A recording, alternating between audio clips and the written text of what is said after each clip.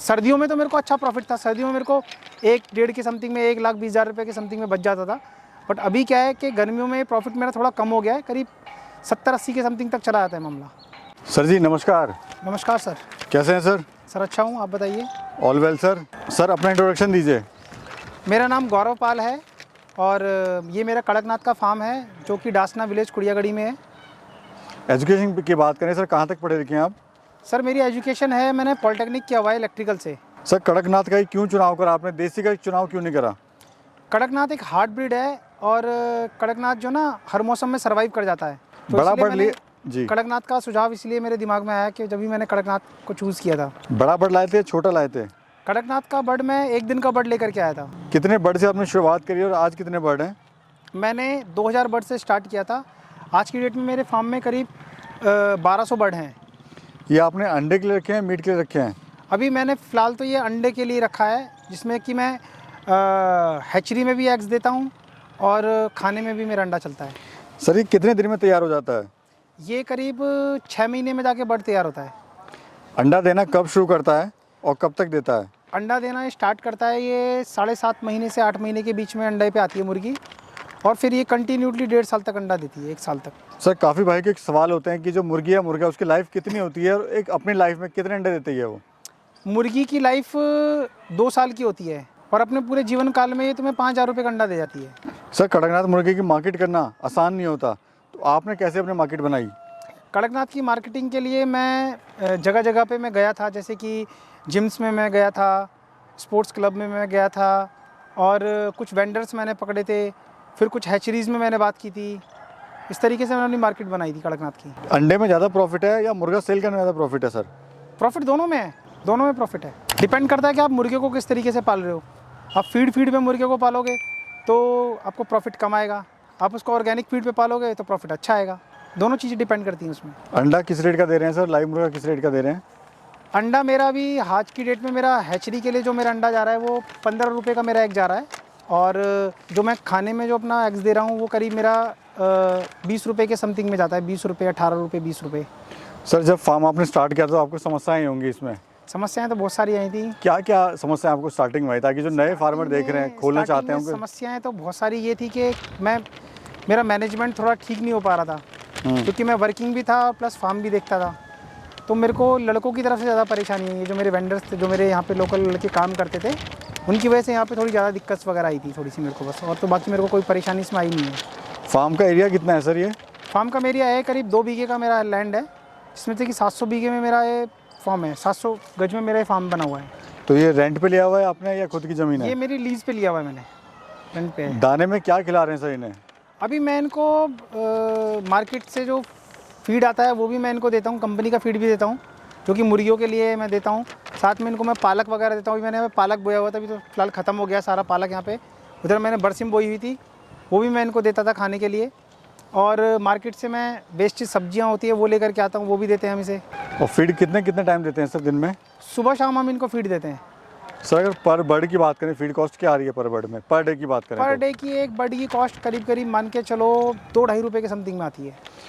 अच्छा सर, आप तो फीड खिला रहे हैं, लेकिन कुछ हमारे किसान भाई हैं जो काफ़ी गरीब हैं, वो फीड ही नहीं खिला सकते, तो फीड के अलावा भी क्या इनको खिला सकते हैं? फीड के अलावा इन्हें तुम बाजरा खिला सकते हो, मक्का खिला सकते हो, गेहूँ खिला सकते हो, और फिर मल्टीविटामिन्स हैं वो दीजिए आप इनको, मुर्गियों को।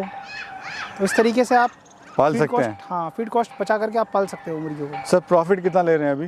अभी मान के चलो प्रॉफिट मेरा अभी एवरेज चल रहा है, क्योंकि अभी सीज़न का टाइम, गर्मियों में थोड़ा अंडे की डिमांड कम हो जाती है, हैचरी के लिए ज़्यादा यूज़ होता है। अगर तुम्हारी मार्केट अच्छी है, अगर तुम मार्केट कर सकते हो तो क्या कहते हैं, आप एक चूजे से चूजा निकाल करके आप सेल कर सकते हो अपना। और रही प्रॉफिट की बात, तो प्रॉफिट लेबर भी मेरे को एक ही की ज़रूरत है यहाँ पे। और रही प्रॉफिट की बात, तो प्रॉफिट मेरा साल का करीब लड़के की सैलरी वगैरह निकाल करके, सर्दियों में तो मेरे को अच्छा प्रॉफिट था। सर्दियों में मेरे को 1-1.5 के समथिंग में 1,20,000 रुपये के समथिंग में बच जाता था। बट अभी क्या है कि गर्मियों में प्रॉफिट मेरा थोड़ा कम हो गया है, करीब 70-80 के समथिंग तक चला जाता है मामला पर महीने? हाँ।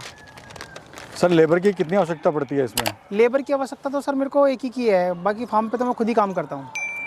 सर कड़कनाथ कहते हैं इम्यूनिटी बड़ी स्ट्रांग होती है, हाँ, तो बीमारी इसमें आती है नहीं आती है? बीमारियाँ इसमें बहुत कम हैं। अगर तुम्हारा मैनेजमेंट अच्छा है तो बीमारी आएगी नहीं तुम्हारे फार्म में। बाकी वैक्सीनेशन होती है ना, कि टाइम टाइम से करते रहो तो कोई दिक्कत आएगी नहीं कभी भी।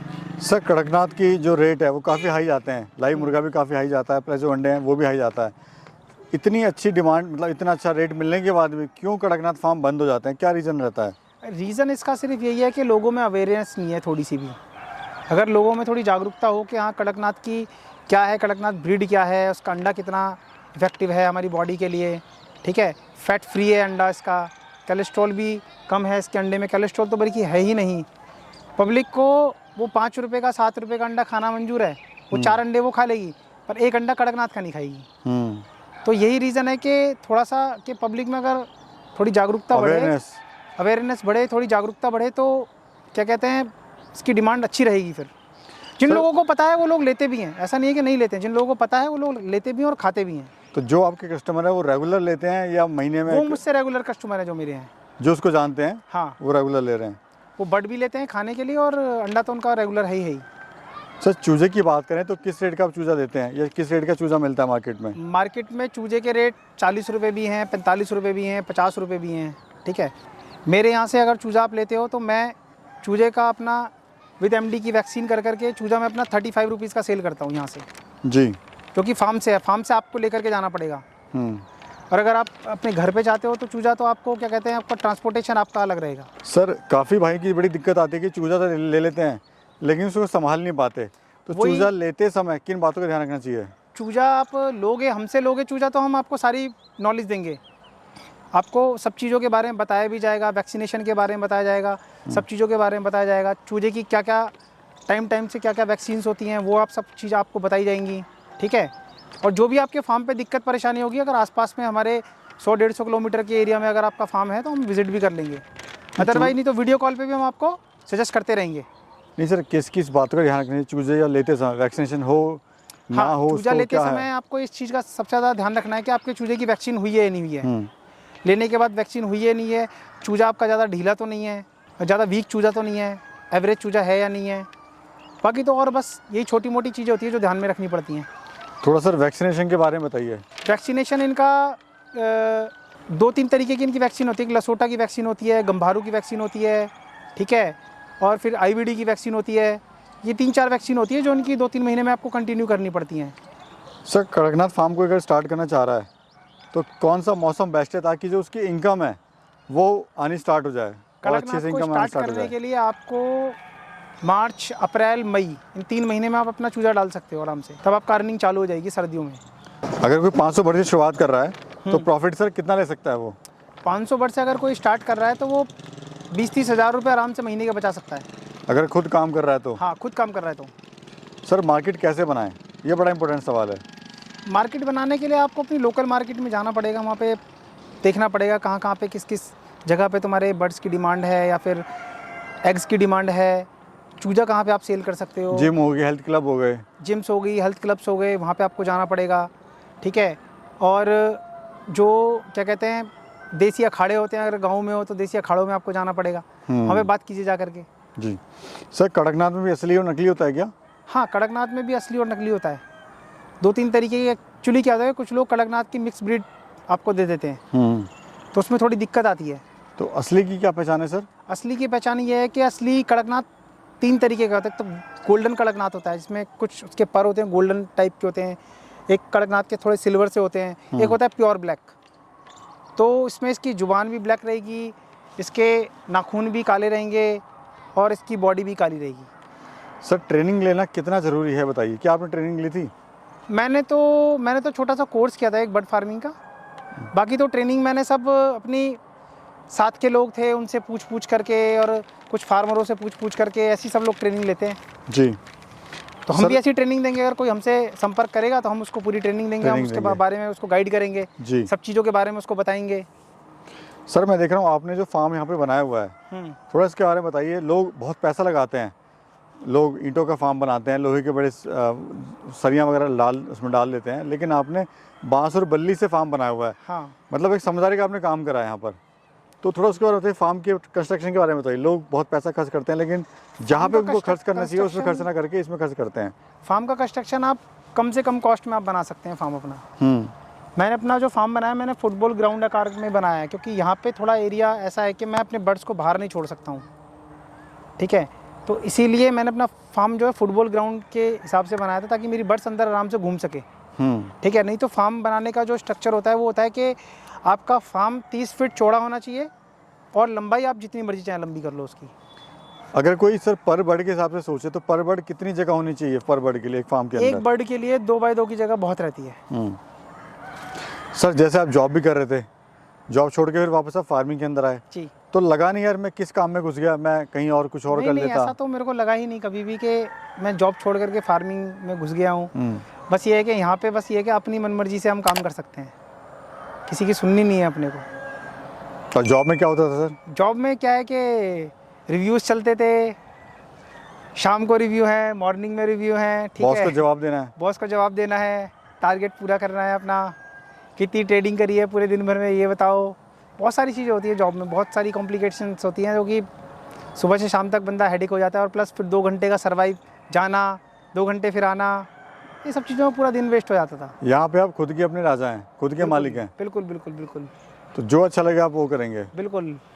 सर कभी आपको नुकसान हुआ इस काम में, और हुआ तो क्यों हुआ लॉस सर? भी मेरे को थोड़ा सा हुआ है। लॉस भी ये हुआ है कि बीच में भी कुछ टाइम पहले मेरे फार्म में थोड़ी सी बीमारी आ गई थी, तो जिसकी वजह से मैं थोड़ा परेशान हो गया था। फिर मैंने कंसल्ट किया, फिर मैंने उनको मेडिसिन्स वगैरह दी, तो फिर मेरी फार्म में कंडीशन ठीक हो गई थी बिल्कुल एकदम। सर देखा गया जब भी कोई काम स्टार्ट करते हैं तो जो आदमी का मनोबल है वो टूट जाता है जब इनकम नहीं आ रही होती है उसको। हाँ हाँ हाँ हाँ। तो कभी आपके साथ भी ऐसा हुआ है कि भाई मेरी इनकम नहीं आ रही है, छोड़ो काम कर दो, बंद है, बेकार काम है? अभी 1 महीने 1.5 महीने पहले भी ऐसा हुआ था मेरे साथ में, कि बीच में एकदम मनोबल बिल्कुल टूट गया था कि हाँ अब काम नहीं चल पाएगा। बट फिर भी मैंने धीरे धीरे अपनी चीज़ों को ठीक किया और मैंने ये चीज़ें सारी बनाई।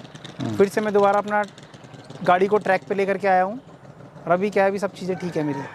अभी सर प्लान क्या है, फ्यूचर प्लान क्या? फ्यूचर प्लान मेरा ये है कि अभी मैं अपने फार्म में कुछ बर्ड मैं अपनी ब्लैक एस्ट्रोलॉप के भी लेकर के आ रहा हूँ। अभी कुछ टाइम बाद में सर, अब जब आप दोबारा आओगे तो आपको यहाँ पे ब्लैक एस्ट्रोलॉप भी मिलेगा।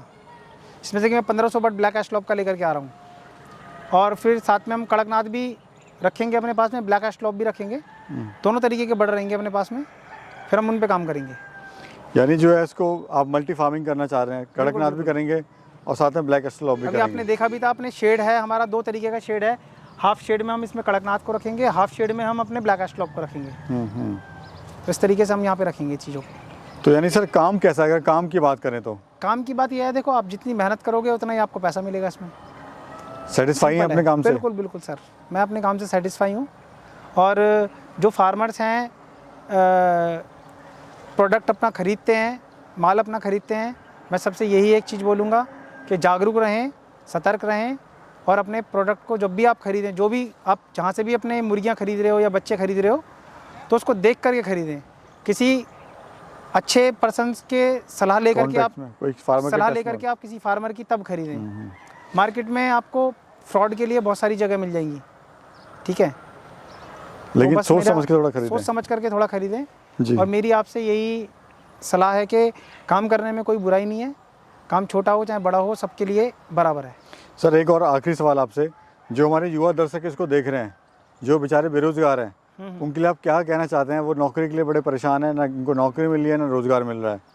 देखो, अगर आपके पास में अपनी खुद की ज़मीन है तो एक छोटा सा जो है ना बांस का या टीन का शेड बना करके 500-1000 मुर्गियों से आप स्टार्ट कर सकते हैं, और बहुत अच्छा आपका बिजनेस चलेगा। आप संपर्क करेंगे हमसे तो आपका अंडा भी सेल कराने में मदद करेंगे और बर्ड भी सेल कराने में मदद करेंगे आपकी। चलिए, बहुत बहुत धन्यवाद सर। ठीक है, thank you thank you sir.